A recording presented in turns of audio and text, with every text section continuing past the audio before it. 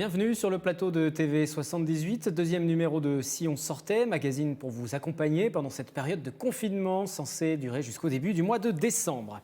Le salon Histoire de lire 2020 de Versailles est à suivre cette année depuis chez vous, en ligne. Une semaine complète de conférences, de rencontres et même de dédicaces qui débute le 16 novembre. Un jeu de société pour découvrir les Yvelines, c'est le pari de la société Créacom Games, son nom Circino. Mode d'emploi à suivre. Et puis nous parlerons musique. Garlou, rappeur des Clés-sous-Bois, nous présentera ses derniers titres. Sa carrière se poursuit depuis maintenant 13 ans.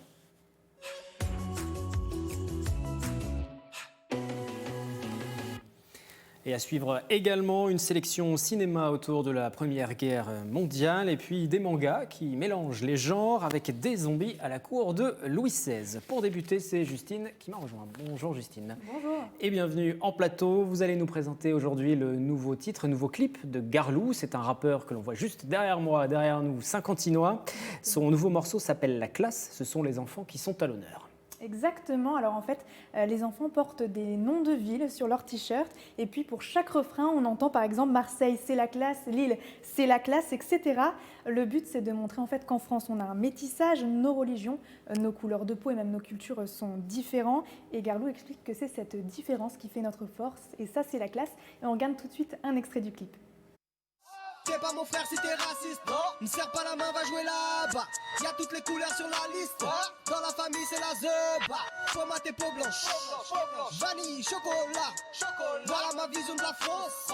Raciste, connais pas, hein. En mettant en scène les enfants, on s'éloigne un peu de ce qui se fait classiquement dans le milieu du rap. Oui, c'est ça. En fait, le but, c'était vraiment de faire une journée idéale pour les enfants qui rêvent d'être chanteurs, rappeurs ou même stars de télévision. Et en fait, l'équipe a pris un peu tous les clichés du rap donc actuel et les ont transformés pour les réadapter à l'enfance. Par exemple, les voitures sont miniatures et puis les billets, eh bien, ce sont des billets de Monopoly. Les bonbons, voilà, c'est comme si c'était la drogue ou c'était un passe-droit pour rentrer dans la soirée.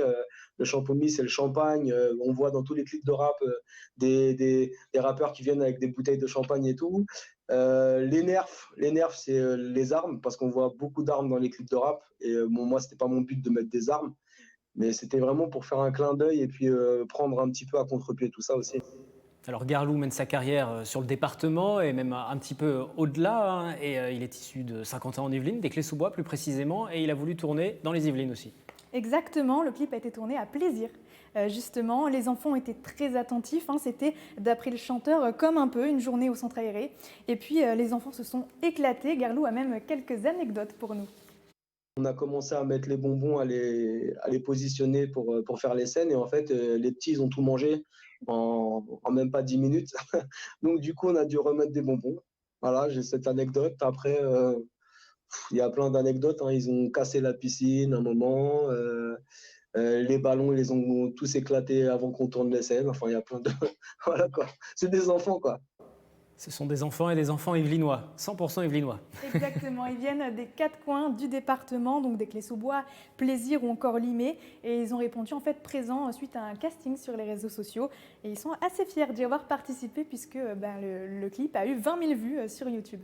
Et ce morceau, et puis les autres de cet artiste local, c'est à découvrir sur sa page YouTube notamment. Et ce sera l'occasion d'écouter un peu de musique en famille pendant ce week-end confiné notamment. Merci Justine. Nous continuons avec de la littérature. Le salon Histoire de lire à Versailles ne se déroulera pas cette année sur un seul week-end, mais bien sur une semaine entière. En raison du confinement, les organisateurs ont revu toute la programmation. Ils proposent des rendez-vous en ligne. Les amateurs d'histoire vont donc pouvoir suivre des conférences, mais aussi participer, et c'est inédit, à des rencontres dédicaces. Ce sera à partir du 16 novembre, le sujet d'Éléonore Sinoquet. Depuis 12 ans, pas moins de 25 000 passionnés d'histoire se rassemblent à Versailles le dernier week-end de novembre. Cette année, confinement oblige, la 13e édition du salon Histoire de lire se fera en visioconférence. C'est pas parce que nous sommes confinés, voire même au contraire, c'est parce que nous sommes confinés que nous avons plus de temps libre pour lire. Voilà. Mais faut-il encore avoir accès aux livres? Donc voilà, on facilite ce travail avec ce salon hors du commun. Au programme des lives tous les soirs pendant 15 jours avec les auteurs invités du salon. Les visiteurs virtuels pourront poser leurs questions en direct sur YouTube ou Facebook. On attaque avec le général Gomard qui va nous raconter l'histoire des services secrets. On enchaîne avec Muriel Gilbert qui va nous parler de l'histoire de la langue française. On va parler de Gaulle. Mais aussi Patrick Poivre d'Arvor, Alain Juppé ou encore Raphaël Baquet, les auteurs seront nombreux.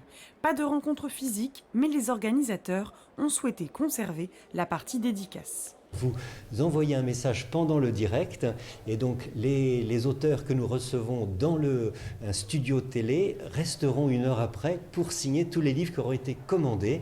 Et tous ces livres seront en click and collect chez les libraires, notamment la librairie Antoine de Versailles. Un apéro d'auteurs pour remplacer les traditionnels cafés est aussi prévu. Enfin, autre événement de cette 13e édition, le prix du youtubeur d'histoire mis en place il y a 3 ans. À la place de la grande cérémonie avec 500 jeunes, un live là aussi. Il y a donc 34 jeunes youtubeurs qui ont concouru cette année, c'est un record absolu. Il y en a 8 nominés, il faudra choisir, trancher qui est le youtubeur 2020. Entièrement digital, ce rendez-vous littéraire yvelinois durera 15 jours du 16 au 28 novembre. Avis aux curieux confinés. On reste dans la littérature historique mais revisitée cette fois-ci. Bonjour Mélanie. Bonjour. Vous allez nous parler de manga et également de zombies. Les deux ne sont pas incompatibles. Les Yvelines, c'est souvent une source d'inspiration pour tous les auteurs à travers le monde entier. La ville qui attire le plus, en tout cas les Japonais, ça se voit souvent à travers les mangas et leurs différentes créations, c'est Versailles. Mais cette fois-ci, on ne va pas s'intéresser comme par le passé. En 73, il y avait déjà eu un manga qui s'intéressait au mariage de Marie-Antoinette et au futur Louis XVI et du futur Louis XVI. Là, cette fois-ci, une invasion de zombies. Et oui, c'est une saga très particulière car ce manga est plutôt fantaisiste, voire horrifique. Alors, bienvenue en 1770, Marie-Antoinette s'apprête à passer la frontière entre l'Autriche et la France pour épouser le dauphin, le futur Louis XVI. Elle voyage avec Albert, c'est son frère jumeau, qui lui sert parfois de doublure, mais sur le chemin, le convoi est attaqué. Je n'en dis pas plus et je vous laisse découvrir la bande-annonce.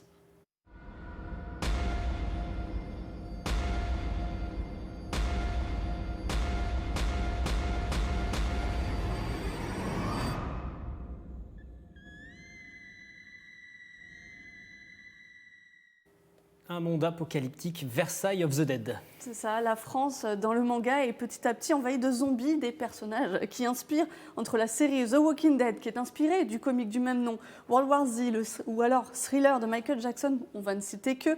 Alors dans le premier tome de Versailles of the Dead, on les voit finalement assez peu, l'histoire s'installe et l'histoire avec un grand H va être chamboulée avec l'attaque du convoi. Albert, le frère jumeau de la future reine, seul survivant, va décider de prendre la place de sa sœur. Et vous êtes resté sur votre faim. C'est à propos, avec des zombies. Tout à fait, exactement. Alors si on prend avec amusement la réécriture de l'histoire et de certains personnages, parce qu'à la fin on voit poindre un certain Napoléon, on se demande quand même un peu où l'autrice, alors la mangaka Kumiko Suekane, veut aller. On voit très peu les zombies, Marie-Antoinette n'est pas celle qu'elle dit être, alors bien sûr, c'est Albert, on le sait, mais il y a quelque chose encore derrière. Et c'est peut-être là finalement que le manga réussit son coup, nous donner envie de lire les tomes suivants pour savoir ce que va devenir cette France du XVIIIe siècle. Les tomes 2 et 3 sont d'ores et déjà disponibles chez les éditions Kana. Le 4e est encore inédit en France et le 5e est attendu pour le mois de décembre, mais au Japon. Et ça s'appelle Versailles of the Dead. Merci Mélanie. On va quitter la littérature à présent et on va s'intéresser à un jeu de société.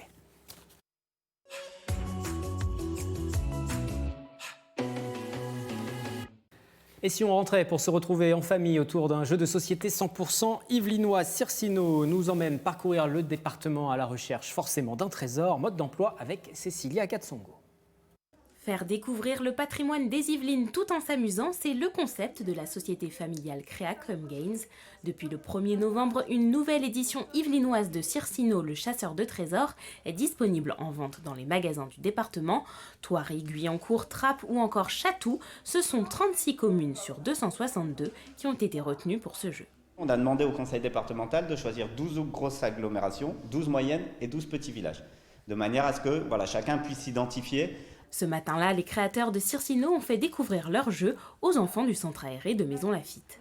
C'est un peu difficile de trouver les bonnes pièces d'or et tout. Et aussi, c'est difficile de retourner au milieu. Ce jeu de société est au prix de 24,95 € et se joue de 2 à 4 joueurs. Circino a pour vocation d'être une chasse au trésor dans le département mais sans question, sans connaissance particulière, sans compétences particulières. L'idée, c'est vraiment de découvrir en s'amusant, et dès 6 ans, mais aussi de faire plaisir à mamie, donc d'être un jeu intergénérationnel. Le principe, chaque commune a une carte individuelle. Sur celle-ci se trouve un petit élément. Cet élément est également sous forme de pièces d'or cachées dans des coffres. Le but, retrouver ces pièces le plus vite possible pour gagner la partie. Je pars toujours du principe que le dernier de la classe, celui qui est en difficulté à l'école, doit pouvoir battre le premier de la classe. Parce que jouer, c'est un moment où lui, il doit pas être en échec. La société Créacom Games est en train d'élaborer un nouveau jeu de société sur le patrimoine de la France qui sortira pour Noël 2021. Avant de refermer déjà ce numéro de Si on rentrait, carte blanche à présent à un professionnel du 7e art pour redécouvrir le cinéma à la maison. Thème imposé en cette semaine du 11 novembre, date de l'armistice de 1918, Première Guerre mondiale. Eh bien, c'est le comédien Bernard Pinet de Noisy-le-Roi qui nous livre son choix. Il est interrogé par Mickaël Elmidoro.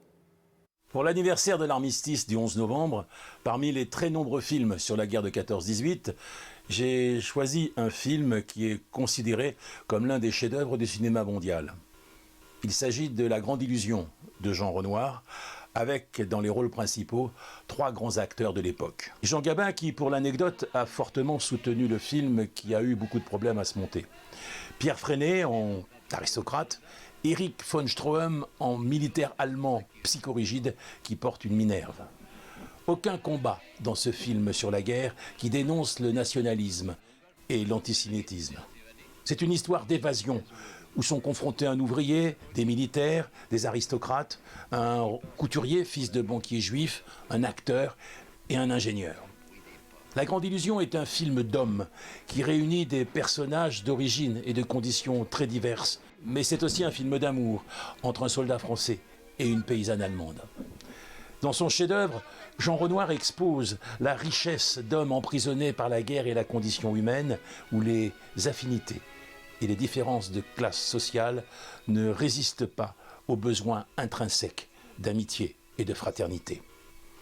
Le climat de ce film sans concession dégage en permanence un réalisme puissant et saisissant. À la fin de La Grande Illusion, Jean Gabin, en parlant de la guerre, dit « En espérant que ça sera la dernière ». Et Marcel Dalliot lui répond « Ah, mais tu te fais des illusions ». Le film sort en 1937 et 3 ans plus tard, la Deuxième Guerre mondiale éclate. Cette émission est disponible en replay et pour se quitter, un petit avant-goût de ce qui nous attend la semaine prochaine avec un extrait de la Malice Family. Ils sont 3, la maman, le papa et la fille. Ils viennent d'Andrézy, ils chantent, ils composent aussi ensemble. Plus de détails la semaine prochaine. D'ici là, portez-vous bien. Allez, lâche rien, tu verras, on ira aussi loin que le cœur peut nous porter. Et demain, c'est pas si loin, tout peut changer. Allez, lâche rien si tu crois que c'est mieux pour toi, pour moi.